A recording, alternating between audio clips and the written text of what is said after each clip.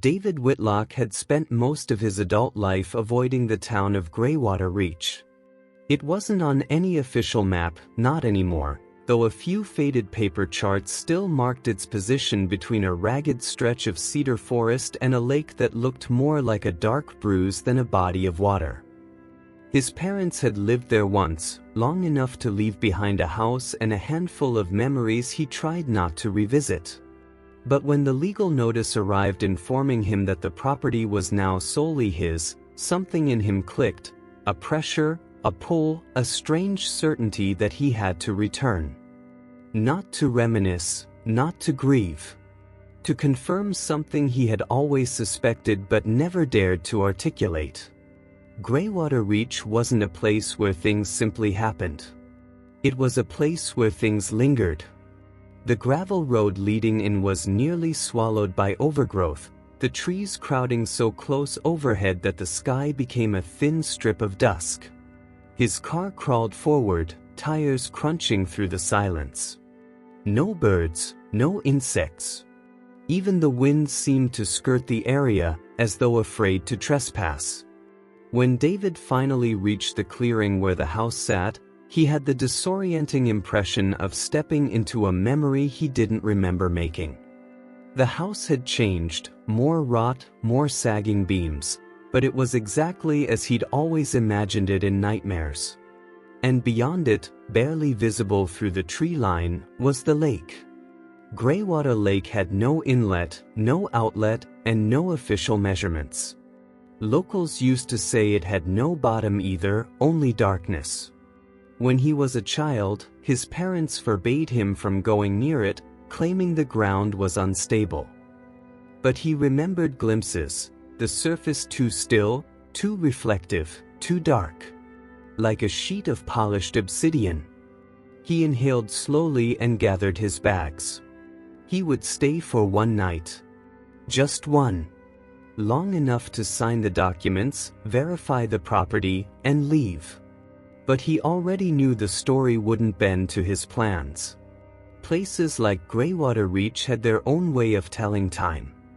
Inside, the house felt colder than the outside air. Not the kind of cold that seeped from drafts or winter settling in early. This was a dense cold, a presence.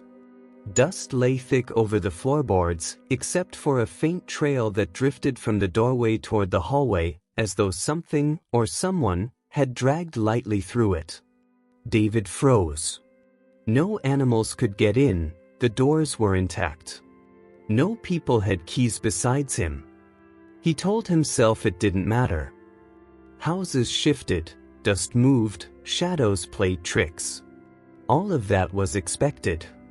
What he kept refusing to acknowledge was the smell, the faint, metallic tang that crept into his nostrils and pulled forth a memory that wasn't his. Lake water. Cold, black lake water. He found the breaker panel and restored minimal power. Enough for lights. The bulbs flickered reluctantly, illuminating rooms he didn't recognize. When his parents lived here, he had been too young to take note of the layout, and yet the house felt wrong in a way that was not simply unfamiliar.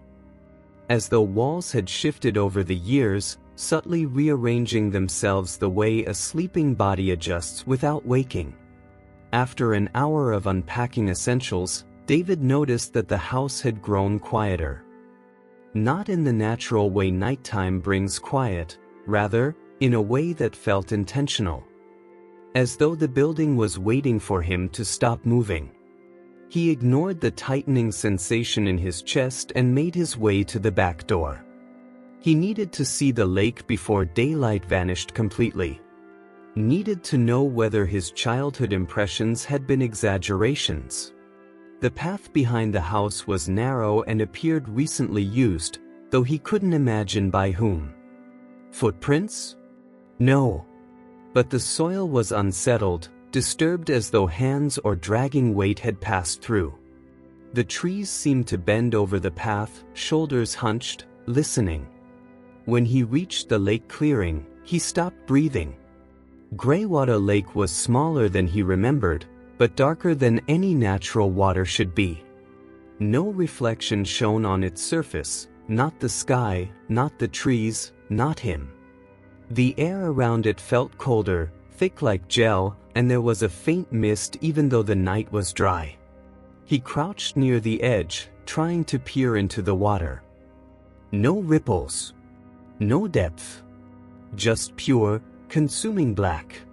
Something shifted under the surface. Not a fish. Not an animal. A shape. Pale. His knees locked.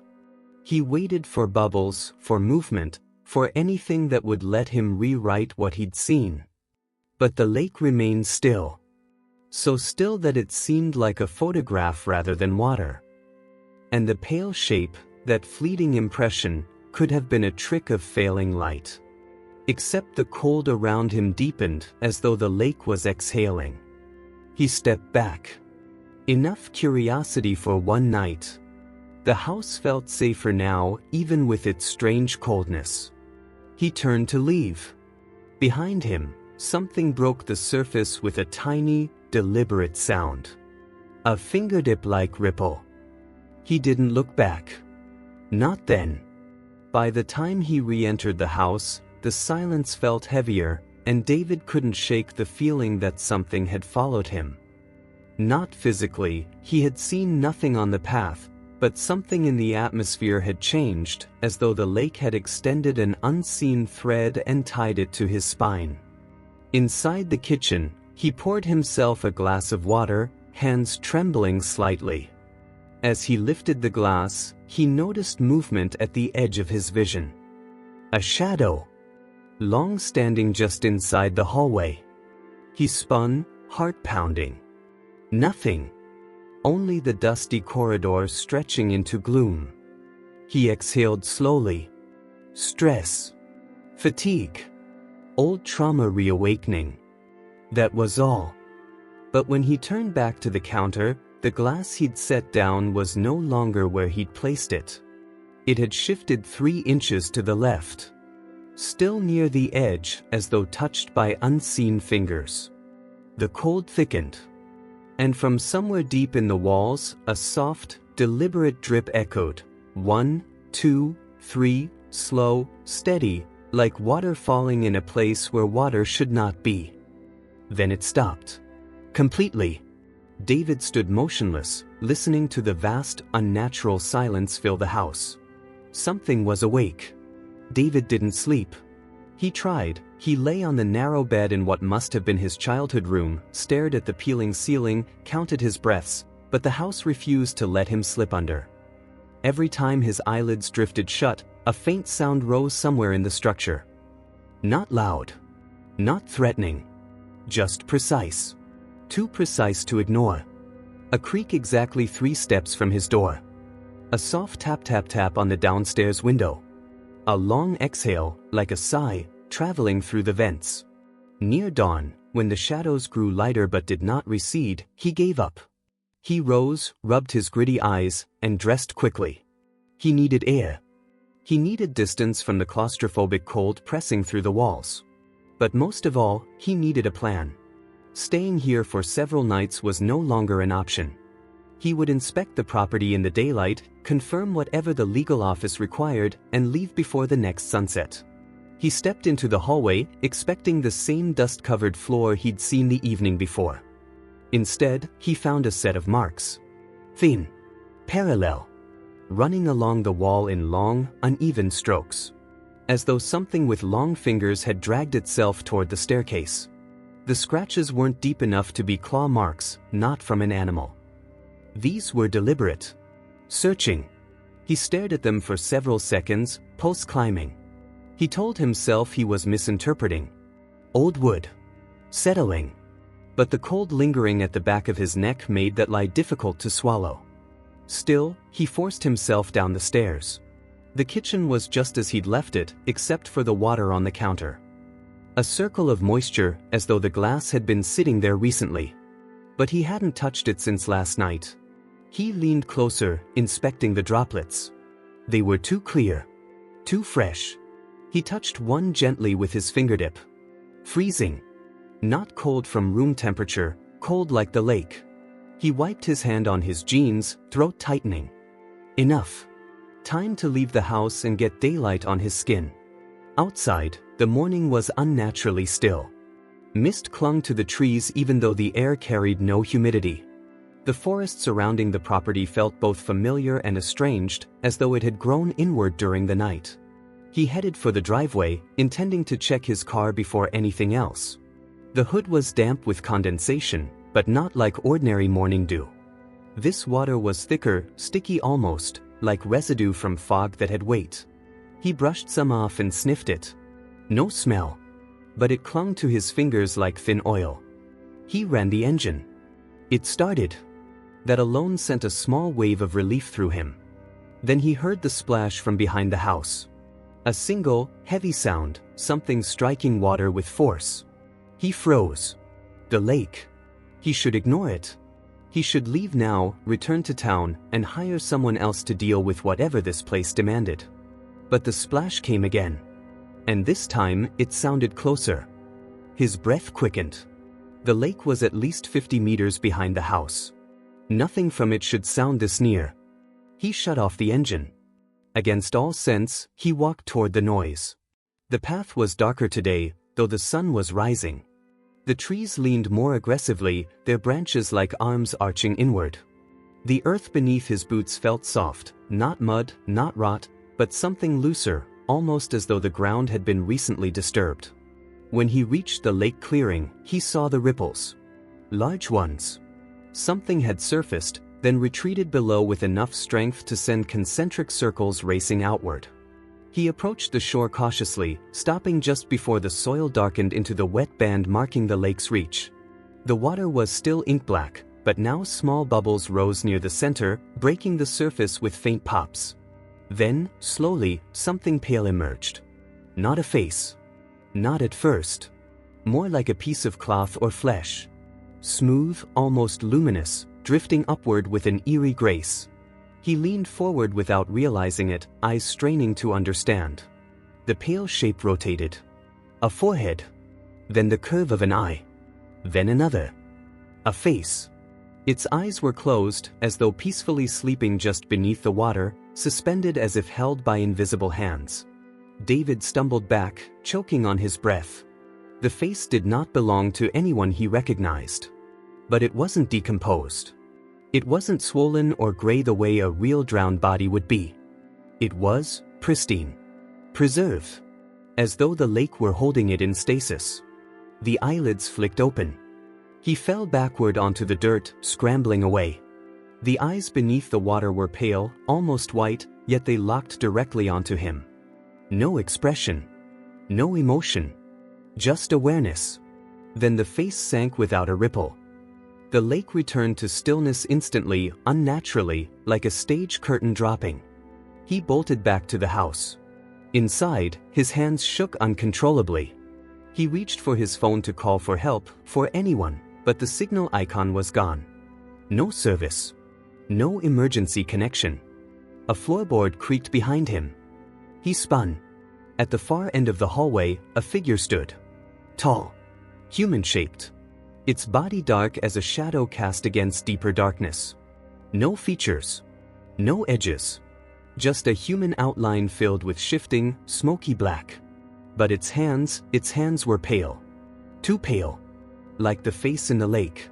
It did not move, yet the sense of its attention was unmistakable. It was watching him.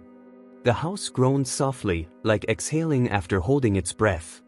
David stepped back. The figure remained still. He blinked. It was gone. The hallway was empty. He closed his eyes, fighting the rising panic. He needed logic, process, grounding. He forced himself to breathe deeply. When he opened his eyes again, the hallway remained empty. He gathered his things. He was leaving now. He grabbed his backpack, turned toward the front door, and froze. Wet footprints led from the door to the center of the living room. Not his. Not boots. Bare feet. Long, narrow.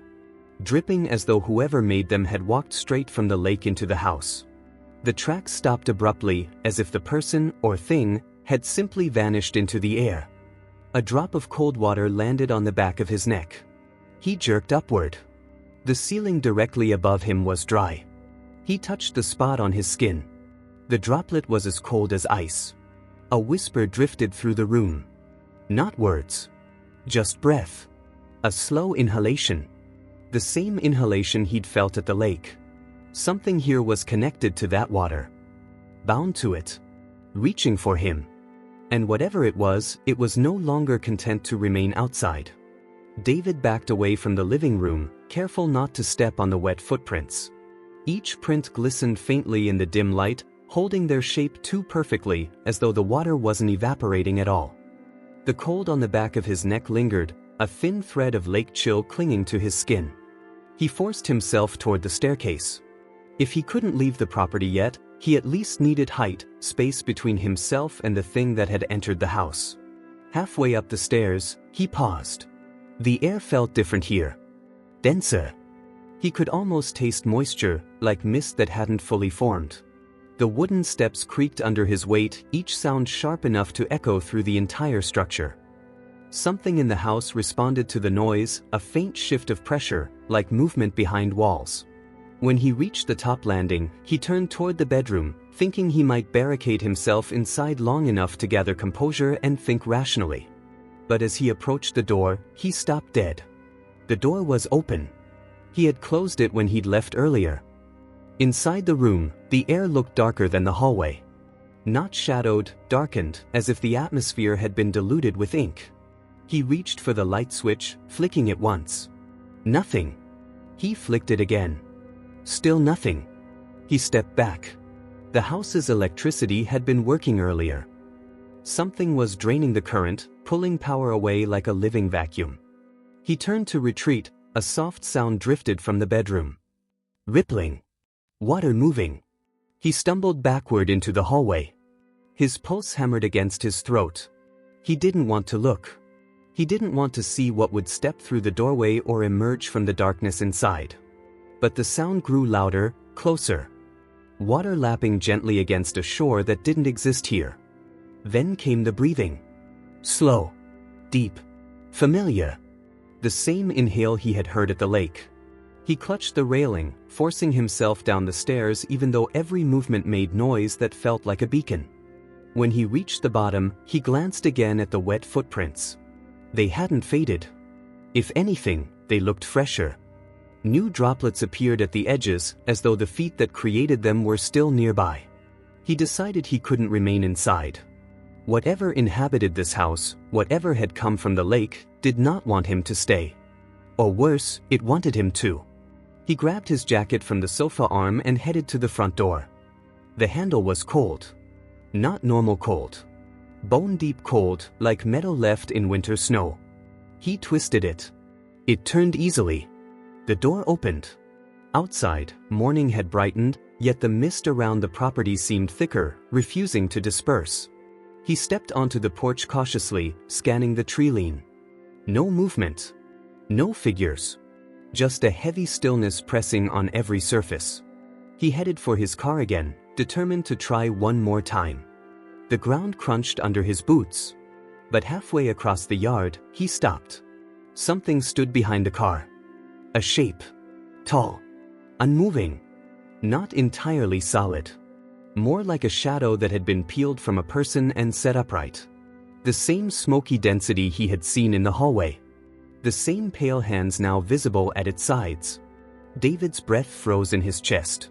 The figure did not approach, but the air surrounding it shifted with faint distortions, like heat warping the horizon. Except this wasn't heat. This was cold. He stepped back. The figure did not follow. He felt briefly hopeful, maybe it didn't want to leave the boundary of the house. Maybe he could circle around, take the forest path, and reach the main road on foot. He turned toward the tree line. Something waited there, too. Another figure. Then another. 3 in total. All tall. All dark. All facing him with those pale, impossible hands. He pivoted toward the back of the property. More shapes there. 5? 6? He couldn't tell. They blended into the fog, outlines swaying like reeds in water. His heartbeat thudded painfully against his ribs. He was surrounded. Yet none of the figures moved. They were watching him. Watching the house. Watching everything. He inhaled shakily. The air tasted like lake water. A sudden, deep sound reverberated through the ground. A tremor. Very faint but unmistakable. Like something large shifting beneath the soil. The figures reacted. Their heads all turned at once, toward the lake. Slowly. In perfect unison. David did not want to know what they were acknowledging. But he felt it. Deep under the earth, far below the house and the trees and the path. A pulse. Heavy. As though the lake itself had a heartbeat. The figures moved. Not toward him. Toward the lake. They glided across the yard, drifting more than stepping. No sound accompanied their movement. They headed through the trees as if drawn by an invisible cord. As if summoned. David stood frozen in place until the last figure disappeared. Silence fell again, thicker than before. He needed to leave now. While the path was clear. He sprinted toward the forest trail, plunging between the cedars. Branches scraped his arms and shoulders as he forced himself forward. But after only a few dozen meters, he stopped abruptly. The trees were wrong. They had shifted. Closed in. The path no longer existed. Where the trail should have been, tangled roots rose like ribs from the soil. Branches knotted together overhead, forming a barrier too dense to slip through. He turned left. More trees. No break. He turned right. The same. The forest had sealed itself. A low, distant sound drifted through the air. Not quite a moan. Not quite a chorus. Something between the two, many voices exhaling together. He bolted back toward the clearing before the forest could twist further. When he reached open ground, gasping, he looked toward the lake. The water was moving. Not with wind. Not with natural waves. It churned slowly, circularly, like something enormous was rising beneath it. And on the far shore, the shadow figures gathered, lined in a semicircle, facing the water, heads bowed as if in reverence. David staggered toward the house, instinct taking over. He slammed the front door shut and locked it even though locks were meaningless here. Inside, the air felt wrong again. Darker. The walls seemed to flex with each faint pulse from the lake. From somewhere upstairs came the sound of dripping water. Not from one spot. From many. Dozens. Little impacts, like fingertips tapping rhythmically on the floor. Then the breathing started again. Directly above him. Slow. Deep. Inhuman. Something in the ceiling shifted, boards bending softly as weight redistributed. Whatever had been in the lake, it was inside the house now. And it was moving. The ceiling boards flexed again, groaning under a weight that moved with unsettling deliberation. David stood in the center of the living room, unable to breathe. The house felt too small, shrinking around him, framing him, pushing him toward some invisible center. Whatever walked above him wasn't trying to hide. It wanted him to hear every shift of its limbs, every careful placement of its weight, every deliberate drag of something wet across the floor. He forced himself to move. The stairs were not an option. The basement, if it still existed, was worse. The only space he could run to without ascending or descending was the kitchen. Not safe, but open. Visible. And it had access to the back door, even if that door wouldn't take him anywhere except back into fog thick with shadows. Still, anywhere was better than directly beneath whatever loomed overhead. He crossed the living room quietly, each footstep calculated. The breathing above him grew louder, not labored, not angry. Intent. Patient. Like the slow pull of air before diving underwater. He reached the kitchen doorway. A drop of water fell from above the threshold, splashing onto his hand. It was ice cold. He wiped it away, and where it touched his skin, a faint pale mark lingered, like frostbite blooming. He stepped into the kitchen and closed the door gently behind him. The kitchen lights flickered. They dimmed, steadied, then dimmed again. He looked up at the ceiling. A dark stain spread across it, slow, widening. It wasn't the brown of water damage. It was black. So black it seemed to absorb the light around it. The stain pulsed once, like a heartbeat. Then, from the core of the darkness, came a sound. A fingernail dragging across wood. One long scrape, followed by another. David backed away until he hit the counter. He searched for a weapon, anything. Drawer. Knife block. Cabinet.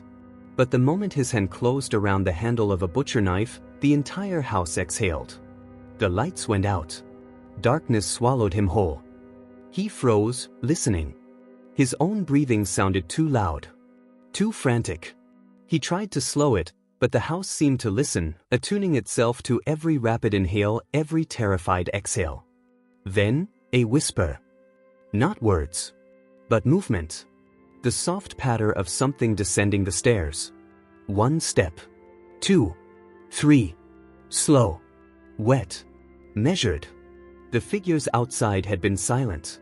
But this thing, wanted him to hear it approaching. He held the knife tighter. The steps reached the bottom of the staircase. The breathing shifted location, now coming from the entry hall. Something brushed against the wall, light, exploratory. Then came the drag of a foot across the floor, as if whatever had crawled from the lake wasn't fully used to walking. A faint glow slipped under the kitchen door. Not bright. Not warm. A pale, bluish shimmer, like moonlight filtered through deep water. The handle on the kitchen door turned. Slowly. Deliberately. David pressed himself against the counter, knife raised. He didn't think he could fight it, but movement felt better than waiting to be taken. The handle clicked fully downward. The door pushed inward a few centimeters, then stopped. Something paused on the other side. Listening. The bluish glow pulsed once, and in the crack of the open door he could see water. A thin film spreading across the floor, creeping into the kitchen. Tiny ripples traveled through it. Something was moving just beyond the threshold. Then a hand slid through the opening. Pale. Too pale. Fingertips unnaturally long, the nails translucent, like wet glass. Water dripped from the wrist, streaming down the arm as though the hand had just emerged from the lake seconds before. The hand flattened against the floor. Another joined it. Both hands pulled, widening the door gap further. David retreated until his back hit the far wall. The creature pushed the door fully open and stepped inside. It wasn't a person. Not exactly. Its shape was human, but its movements were slightly delayed, as though its limbs remembered a different environment, one where weightlessness reigned. Water sloshed faintly around its ankles, though there was no visible pool on the floor deep enough to create such sound. Its skin shimmered faintly, rippling with each breath. Its eyes, those pale, almost white eyes he had seen beneath the lake, locked onto him. He stopped breathing. The creature tilted its head, studying him, mimicking a gesture it must have seen humans make. It took one slow, gliding step forward. The air chilled further. Frost crept across the counter beside him, spreading in delicate, fragile branches. David raised the knife. The creature paused. Its expression did not change, it barely had one, but something in its posture shifted. Its chest expanded. It inhaled. Deeply. So deeply it sounded like the lake itself was breathing through it. The shadows outside deepened. The faint outline of figures gathered again beyond the windows, their heads turning toward the kitchen. Watching. Waiting. The creature stepped closer. David swung the knife. The blade passed through its forearm, but no blood spilled. The arm split momentarily into water, dark, rippling water, before reforming as though nothing had touched it. The creature looked at its own limb, then back at David. The inhale it took next was sharper. More deliberate. It reached for him. He tried to run, but the moment he moved, a deafening crack shook the house. The floorboards under him warped, not breaking, but shifting, like something below was pushing upward. The creature's hand closed around his wrist. Freezing pain shot up his arm. The knife fell from his numb fingers, clattering to the floor. The pale eyes moved closer. A second figure materialized behind the creature. Then a third. Their forms seeped into the kitchen like shadows peeled from the mist. All stared at him with identical white eyes. The first creature leaned in until its cold breath touched his cheek. The scent of the lake enveloped him, dark, metallic, ancient. Then, with impossible strength, it pulled him forward. Not toward the door. Not toward the stairs. Toward the wall. The wood grain beneath its hand liquefied, darkening, rippling like disturbed water. The wall itself turned black. A surface. A surface exactly like the lake. David thrashed, but the creature's grip only tightened. The wall of darkness rippled again. And something inside it exhaled. The wall continued to ripple, its surface expanding outward like a sheet of black water suspended vertically. The wooden beams around it groaned as the darkness spread, swallowing color, light, and texture. David clawed at the floor, trying to anchor himself, but the boards beneath his fingertips grew slick, turning damp and cold as the lake itself. The creature tugged again. He slid several inches closer to the shifting surface. The other figures watched in complete stillness, their forms bending subtly as though distorted by an unseen current. They didn't breathe. They didn't blink. They only observed, as if bearing witness to a ritual. The creature holding him leaned closer. Its chest expanded in another long, deliberate breath, and David felt the air around him pulled tighter, as if the house itself were inhaled along with him. His lungs tightened. His vision swam. No, he tried to speak, but his voice cracked, swallowed by the cold. The creature dragged him until his shoulder brushed the blackened wall. The darkness vibrated faintly under his skin, like the tremor of something massive stirring in deep water. He felt the pull from within the wall. Not physical, more like a pressure around his skull, a gentle but insistent tug drawing his thoughts, his memories, his very sense of self toward the void. He squeezed his eyes shut. The cold intensified. And a sound rose from the darkness. A heartbeat. Slow. Heavy. Too large to belong to any living creature. The entire house seemed to vibrate with each pulse, dust falling from the rafters, dishes rattling inside cabinets. The figures watching him bowed their heads slightly at the rhythm, as though recognizing a command. The creature released his wrist suddenly. He gasped and staggered backward, but he didn't fall. The floor beneath him rippled, supporting him like a thin layer of water. The house swayed around him, timbers flexing, the windows bowing inward as though pressured by the weight of the lake pressing against the walls. The creature stepped aside. The wall of water surged forward. David was pulled off his feet. He hit the surface with no impact, only cold. Blinding cold. The world tilted. The house vanished. His lungs seized. For a moment he was nowhere, suspended in darkness so complete that his mind couldn't form boundaries or distance. Then something brushed past his leg. A hand. He kicked wildly, but the water seemed to thicken around him, slowing his movements. More hands drifted against him, some small, some large, all impossibly cold. He felt fingers graze his shoulders, his back, his throat. They didn't grab him. They were assessing him, mapping him, as though ensuring he belonged here. His heartbeat thundered in his ears. Then a face floated in front of him. White eyes opened in the dark, pupils shrinking to pinpoints as they fixed directly on him. The face was the same he'd seen beneath the lake's surface earlier, pale, flawless, expressionless. But here, it was clearer. Closer. Too close. Its mouth opened. Water surged around him, rushing into his ears, muffling everything. A voice, not spoken but resonant, vibrating through the water, filled his mind. Come back. His body convulsed. He tried to swim upward, downward, any direction, but the water resisted him. Shapes formed in the dark. Dozens. Hundreds. Tail figures drifting like drowned marionettes, suspended at impossible angles, faces turned toward him. Some were intact. Some were hollowed. Some had no features at all. All watched. The voice resonated again. You heard us. You came back. You belong. No, he forced the denial through clenched teeth, bubbles streaming from his mouth. No. I don't. The water tightened. The heartbeat grew louder. Then, light. Not bright, but different. A gray shimmer. Diffused. He twisted toward it. The movement was small, sluggish, but enough. He felt the pull of something above, air, gravity, something real. He kicked with the last of his strength. Hands clawed at him, brushing his clothes, his skin, trying to hold him. The heartbeat thundered, vibrating through the water like an anchor. But he kept kicking. The gray light widened. The water around him grew thinner. The cold loosened. He felt the surface approaching, not in sight, but as a shift in pressure, a thinning of weight. A hand closed around his ankle. He screamed underwater and thrashed, twisting, kicking. The grip tightened. The heartbeat accelerated. He clawed upward with aching arms.